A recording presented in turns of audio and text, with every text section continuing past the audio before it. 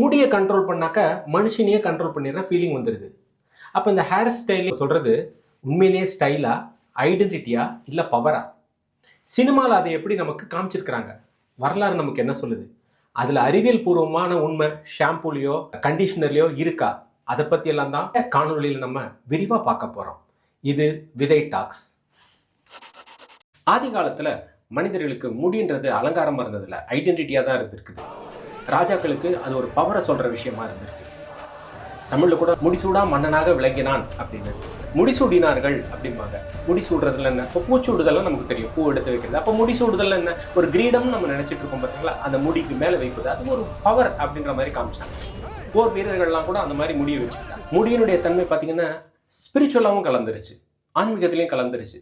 முடியை மொத்தமாக எடுத்துடணும், மொட்டை அடிக்கணும் அப்படின்ற கலாச்சாரம் உருவாச்சு, டார்ச்சர் பண்ணிக்கணும்ட்டு. அதற்குன்னு சில மக்கள் அடையாளப்படுத்தப்பட்டார்கள். நம்ம ஊரில் மருத்துவர்கள், நாவிதர்கள் அப்படின்னு சொல்லக்கூடியவங்களாக அவர்கள் இருந்திருக்கிறார்கள். மருத்துவர்கள் நான் சொன்ன உடனே இது இங்கே மட்டும் இல்லைங்க, வெஸ்டர்ன் கண்ட்ரீஸ்லையும் அது இருந்திருக்குது. பிளட் லெட்டிங்னு சொல்லுவாங்க, ரத்தம் எடுத்தல். சின்ன சின்ன இன்ஜுரிஸில் அதை ரத்தத்தை வெளியில் எடுத்துட்டு அது ஹீல் ஆகிடும் அப்படின்னு நம்புவாங்க. அந்த தியரி, அந்த ஒரு மெத்தடு இன்னைக்கும் சில இடங்களில் வழக்கத்தில் தான் இருந்துட்டு இருக்கு. அதை செய்யக்கூடியவர்களாக அவர்கள் இருந்திருக்கிறார்கள். பார்பர் ஷாப் இருந்தது. பல இடங்களில் மேல்தட்டு பெண்கள் பார்பர் ஷாப்பில் போய் அட்டன் பண்ணிப்பாங்க. அவங்களுக்கு எவ்வளோக்குள்ள உயரமாக முடிய வச்சுக்கிறாங்களோ, என்ன கண்ணில் விழக்கூடாது, அதே சமயம் அலங்காரமாக இருக்கணும், சிகை அலங்காரமாக வச்சுக்கிட்டாங்க. அது மேல்தட்டு கிளாஸ் இந்த மாதிரி காமிச்சாங்க. வேற இங்கே தமிழ்நாட்டில் பெண்கள் பின்னல் பின்னிக்கிற மாதிரியும் நீண்ட கூந்தல் வைத்திருத்தல் தான் சிறப்பு அப்படின்ற மாதிரியும் சொல்லியிருந்தாங்க. பெண்களுக்கு முடி வெட்டுறதுன்றது அவமான சின்னமாக கருதப்பட்டது. மகாபாரதத்தில் கூந்தலை பற்றி இழுத்துட்டு வந்திருப்பாங்க. அப்ப கூந்தலை பற்றி இழுத்தால் அது அவமானம், தலையில கை வைக்காத அப்படின்ற மாதிரியும் நமக்கு சொல்லப்பட்டிருக்கிறது. அதனால முடியல மட்டும் கை வைக்கிறது யாரும் ஒத்துக்கிறது இல்லை. வெஸ்டர்ன் கல்ச்சர்ல டாக்டர்ஸ் ஒரு குரூப் வந்ததுக்கு அப்புறம் அவங்க இந்த பார்பர்ஸை அக்செப்ட் பண்ணிக்கல. இவங்க தனியாகவும் இருக்கணும் அப்படின்றதுக்காக கொடிகள் பல வண்ணங்களில் ஏற்றப்பட்டு அந்த வண்ணங்கள் இருக்கக்கூடிய இடங்களில் மருத்துவர்கள் செய்யக்கூடிய வேலையை அந்த பார்பர் செய்ய மாட்டாங்க. அவங்க வெறும் இந்த கட்டிங் மட்டும்தான் செய்வாங்க, ஹேர் கட்டிங். பல்ல பிடுங்குற வேலையை கூட அவங்க தாங்க செஞ்சிருக்காங்க. டென்டல் ஒர்க்கு கூட இந்த பார்பர்ஸ் தான் பார்த்துருக்குறாங்க. நீ தமிழ்னா? ஆமா. இப்படி சாய்க்கிற புதுசா? எந்த ஊரு? நீடாமா. ஓஹோ, இந்த நாய்க்கடிக்கெல்லாம் மருந்து கொடுப்பாங்களா அந்த ஊரா? நீ ரொம்ப பக்கம் வந்துட்ட. நான் மாயவரம். அப்படிங்களா? ஆமா. நீ என்ன ஜாதி? இந்த ஜாதி அப்படின்ற ஏற்றத்தாழ்வுகள் தமிழகத்துல இருந்திருக்கு, பண்டைய இந்தியாலையும் இருந்திருக்குது. அதனால இவர்கள் எல்லாருமே ஒரு தள்ளி வைக்கப்பட்டவர்களாக கருதப்பட்டார்கள். இதுல எல்லாத்துலயும் ஒரு புரட்சியை ஏற்படுத்துற மாதிரி 1960s லண்டன்ல வைடல் சசூன் அப்படின்னு ஒருத்தர் வந்தார்.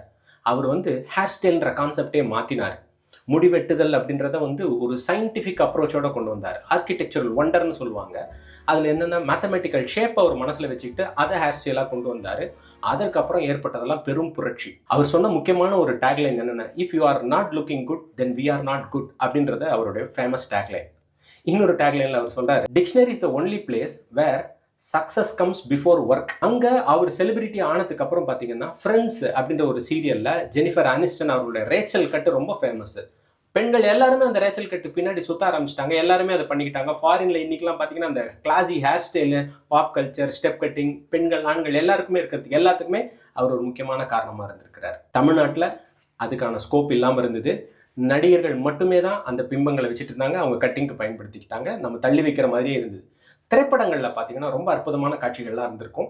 அந்த டிரான்ஸ்ஃபர்மேஷன் அதை நம்மளால பார்க்க முடியும். சக தொழிலாளராக அவர்கள்லாம் எப்படி பரிமளிச்சாங்க அப்படின்றத பார்க்க முடியும். வறுமை நிறம் சிகப்பு அப்படின்ற படத்துல வேலை வாய்ப்பு எதுவுமே தனக்கு கிடைக்கலன்னு கமல்ஹாசன் தேர்ந்தெடுத்த தொழில் பார்த்தீங்கன்னா சவர தொழிலாளி. அவங்க அப்பாவுக்கும் அவருக்கும் ஒரு கான்ட்ரடிக்டரியான ஒரு சீன் வரும். அப்ப அதுல எடுத்து சொல்லுவார்,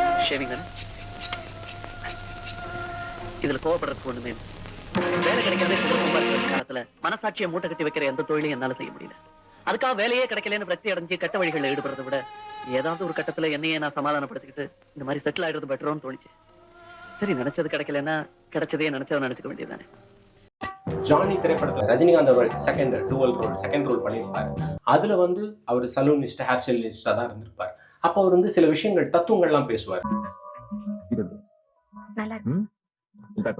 அதை விட இது நல்லா இருக்கு. சரி, என்ன அந்த ரெண்டையும் விட இது ரொம்ப அழகா இருக்கு. இதையும் பேக் பண்ணுங்க. ஒண்ணு மட்டும் தெரிஞ்சுக்கோ, இந்த உலகத்துல எதை எடுத்தாலும் ஒன்னை விட ஒண்ணு பெட்டராகத்தான் இருக்கும். அதுக்கு ஒரு முடிவே இல்லை. அதுக்காக நம்ம மனசை மாத்திக்கிட்டே போக கூடாது. என்ன ஓகே? நான் கவனிச்ச வரைக்கும் என்னோட ஹேர் ஸ்டைலிஸ்ட் நிறைய தத்துவங்கள் பிலாசபி சொல்வார். வேற யாரை விடவும் முக்கியமானவங்க இந்த ஹேர் ஸ்டைல் பண்ணக்கூடியவங்க நம்மளுடைய பார்பர்ஸ். 2 மாசத்துக்கு ஒரு வாட்டி, குறைந்தபட்சம் 1 மாசத்துக்கு ஒரு முறை நம்ம போய் உட்காந்துக்கிறோம். நம்மளை நீ அழகா இருக்கப்பா, இப்படி பண்ணா நல்லா இருக்கும், உனக்கு இந்த ஹேர் ஸ்டைல் பண்ணா நல்லா இருக்கும் அப்படின்னு ஆண் பெண் இருபாலரும் இருக்கக்கூடிய இடங்கள்ல சொல்லக்கூடியவர்களாக அவர்கள் இருக்கிறார்கள். நம்மளே கண்ணாடியில போய் பார்க்கறது இல்லை, ஆனா அவங்க சொல்றத கேட்டு நடந்துக்கிறோம். அவர்களுக்கு நம்ம போதுமான அங்கீகாரம். சைக்கலாஜிக்கல் கேம்ல பார்பர்ஸ் எல்லாம் ரொம்ப எக்ஸ்பர்ட்டா இருப்பாங்க. அவங்களுக்கு பல வகையான மனிதர்களை பார்த்திருப்பாங்க. ஜானி படத்துல அந்த ரஜினிகாந்த் சொல்ற காட்சி பாருங்க. நான் என்ன சாப்பிடுவேன், எப்ப சாப்பிடுவேன், எப்படி எல்லாம் சாப்பிடுவேன், அதெல்லாம் உனக்கு தெரியுமா? எனக்கு எல்லாம் தெரியும். எப்படி தெரியும்? நான் எத்தனை வீட்டுல வேலை பார்த்திருப்பேன். ஒருத்தரோட கொஞ்ச நேரம் பழகுனா போதும், அவங்களுக்கு என்ன பிடிக்கும் பிடிக்காதுன்னு கண்டுபிடிச்சிடுவேன். நானும் தான் தினம் பல பேர் தலையில கை வைக்கிறேன், இன்னும் ஒருத்த தலைக்குள்ள என்ன இருக்குன்னு புரிஞ்சுக்க முடியல.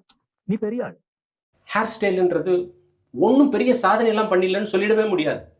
அஜித் அவர்களுடைய சால்ட் அண்ட் பெப்பர் லுக்கு, பாஷா படத்துல ரஜினியோட லுக்கு, ஜெயிலர் படத்துல ரஜினிகாந்த் அவருடைய லுக்கு, விக்ரம், இன்னும் சொல்ல போனா சத்யராஜ் அவர்களுக்கெல்லாம் முடியே இல்லை, கவுண்டமணி அவர்களுக்கு முடியல.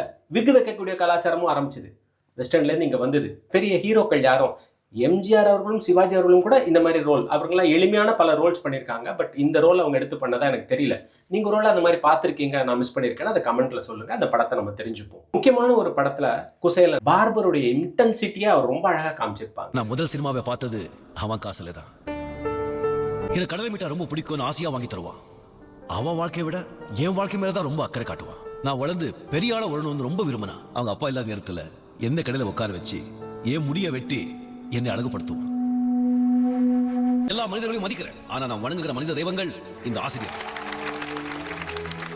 நம்மளை உட்கார வச்சு நின்றுகிட்டே பாடம் நடத்துற ஆசிரியர்கள் கடைசி வரைக்கும் அங்கேயே நிக்கிறாங்க. ஆனா நாம வளர்ந்து எங்கேயோ போயிட்டு இருக்கோம்.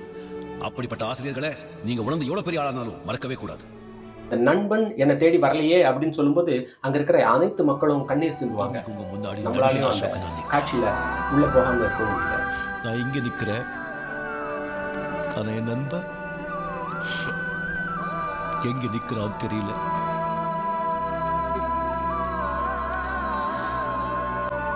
எங்க நிக்கிறான்னு தெரியல.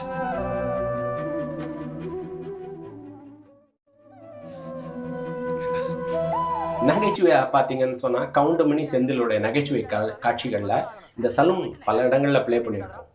அரசியல் பேசாதீங்க அப்படின்ற இடம் அங்கதான். தேர்தல் வர வரைக்கும் ஏன் காத்துக்கிட்டு இருப்பான்? ஒரு இடைத்தேர்தல் வராமலா போகுது, நாங்க ஜெயிச்சுட்டு போறோம். இடைத்தேர்தல் எப்படியா வரும்? ஜெயிச்ச ஆளுதான். அந்த காலத்துல சலூன்ல என்ன பண்ணிருக்காங்கன்னா மக்கள்லாம் ஒன்று கூடிடுவாங்க. ஸோ ஒரு ஜெனரல் நாலேஜை அப்டேட் பண்ணக்கூடிய இடமாக இருந்திருக்கு. தினத்தந்தி பேப்பர், தினமலர் பேப்பர்னு பேப்பரை பார்த்தீங்கன்னா, தினமலர் அங்க இருந்து நான் பார்த்தது இல்லை, தினத்தந்தி இருந்து பார்த்துருக்கேன். அந்த பேப்பர்லாம் பார்த்த உடனே அங்கதான் அரசியல் பேசப்படும். டீ கடையில எப்படி இருக்குமோ அந்த மாதிரி பேசப்படும். யார் ஸ்டைல்ல முடி வெட்டணும்? எனக்கு ரஜினி ஸ்டைலு. என்னது ரஜினி ஸ்டைலா? கொஞ்சம் திரும்படா. இந்த மண்டைக்கு எப்படியா ரஜினி ஸ்டைல் வைக்க முடியும்னு ஒரு வழக்கத்துல காமிப்பாங்க. இயற்கையுடைய ஒரு கொடை, அது வயசானா வரக்கூடியது. அந்த கருப்பு நிறம் வெள்ளை நிறமா சில பேருக்கு மாறின உடனே அவங்களுக்கு ஃபீலிங் ஆயிடும், ஐயோ டை அடிச்சுக்கலாமான்னு. நிறைய பேர் டை அடிப்பாங்க. நான் சொல்ல விரும்பல, தன்னை இளமையா காட்டிக்கிறது அதுலதான் இருக்குன்னு நம்புறாங்க. சில பேர் உனக்காவது பரவாயில்லப்பா, வெள்ளை முடி இருக்கு, எனக்கு முடியே இல்லை. இயற்கையில அவரு இப்ப சொட்டத்தலையோட இருந்தாலும் விக்க வச்சு அவர் நடிக்கும் போது பாத்தீங்கன்னா நம்மளால ஏத்துக்க முடியுது. ஆனா சொட்டையா இருக்கிற பல பேர் வாழ்க்கையில டோப்பா வச்சுட்டு தான் வெளியில பப்ளிசிட்டிக்கு வராங்க. எது உண்மை எது பொய் அப்படின்றது நமக்கு தெரியல. பொதுவாக அது ஒரு டாக்காவே நான் விட்டுறேன். விளையாட்டு அங்கே பேசப்படும். சில சமயம் என்ன ஆயிடும்னா டிவி போட்டுறாங்க. இந்த காலத்துல நமக்கு பயம் இருக்கும், என்னடா அவங்க டிவியை பார்த்துட்டு தப்பா கட் பண்ணிடுவாங்களோ பயந்தாலேயே உட்காந்துட்டு இருப்போம். அந்த மாதிரி காட்சிகள் எல்லாம் நம்ம பார்த்திருக்கோம்.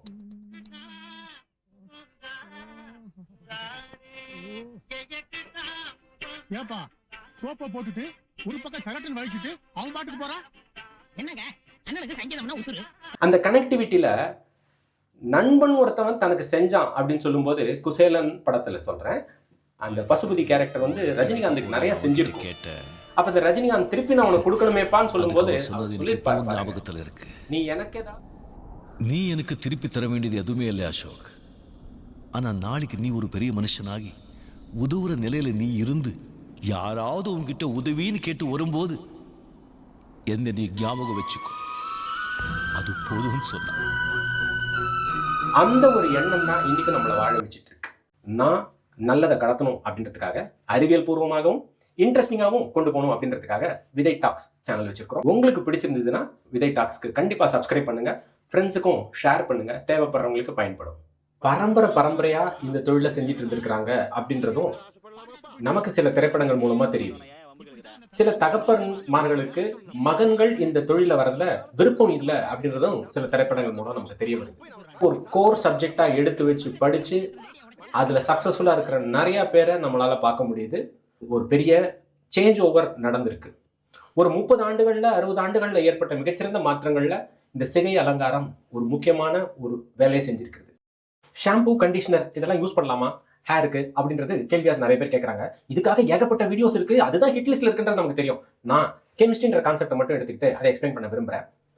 எப்படி டிட்டர்ஜென்ட் வந்து பாத்திரங்கள் இருக்கிற கிரீஸ் எல்லாம் ரிமூவ் பண்ணுமோ அதே மாதிரி ஷாம்புன்றது முடியல இருக்கிற அழுக்க கிரீஸை ரிமூவ் பண்ணும். அதுல இருக்கிற மாலிகூல் ஒரு சைடு வாட்டருக்கு ஃப்ரெண்டு, ஒரு சைடு ஆயிலுக்கு ஃப்ரெண்டு. அதனால இந்த பக்கம் ஆயில பிடிச்சிக்கும், அந்த பக்கம் வாட்டர் பிடிச்சிக்கும், க்ளீன் பண்ணும்போது வெளியில போயிடும். இதுதான் ஷாம்போட சிம்பிள் வே ஆஃப் அண்டர்ஸ்டாண்டிங். சரி, அப்ப என்ன பண்ணிடும்னா ஷாம்பு சில சமயம் நம்ம தலையில இருக்கிற இயற்கையா இருக்கக்கூடிய மாய்ச்சரை ரிமூவ் பண்ணிடும். அப்ப முடி ரொம்ப ட்ரை ஆயிடும். அதை சரி பண்றதுக்காக கண்டிஷனர் யூஸ் பண்றோம். கண்டிஷனரை துணியில நம்ம வந்து சாஃப்ட்னர் யூஸ் பண்ணுவோம் பாத்தீங்களா துணிக்கு, அதே மாதிரி இதை நம்ம கன்சிடர் பண்ணிக்கலாம். ஸோ ஷாம்பு போட்டதுக்கு அப்புறம் கண்டிஷனர் போடுறது அப்படின்றது மஸ்ட். எந்த சலூனுக்கு நீங்க போனாலும் இதை அவங்க ரெக்கமெண்ட் பண்ணுவாங்க. வீடா இருந்தாலும் இதை நீங்க செய்யணும். ஒருவேளை கண்டிஷனர் மட்டும் போட்டீங்கன்னா என்ன ஆகும்? ஹெவி வெயிட் ஆயிடும், நமக்கு ஒரு மாதிரி மண்டையில வந்து கிரீஸியாவே இருக்கும் அப்படின்னு தோணும். வெறும் ஷாம்பு போட்டா என்ன ஆயிடும்? லைட் ஆயிடும், காலப்போக்கில் தின்னா மாறிடும் ஹேர். இதற்கான வாய்ப்புகளும் இருக்கு.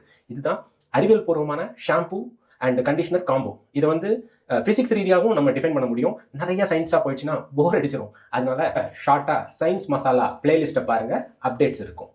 நெக்ஸ்ட் டைம் நீங்க சலூனுக்கு போகும்போது உங்க ஹேர் ஸ்டைலிஸ்ட்டை பார்க்கும்போது இந்த வீடியோவை ஷேர் பண்ணுங்க. அவங்க நம்ம லைஃப்ல நம்மளை ஹீரோவாகவும் ஹீரோயினாவும் காமிக்கிறதுக்காக அவங்க போட்டிருக்கிற எஃபர்ட் என்னன்றத உங்களுடைய பழைய வீடியோஸ், பழைய போட்டோஸ் எடுத்து பார்த்தீங்கன்னா உங்களுக்கே தெரிய வரும். வணக்கம், மீண்டும் சந்திப்போம்.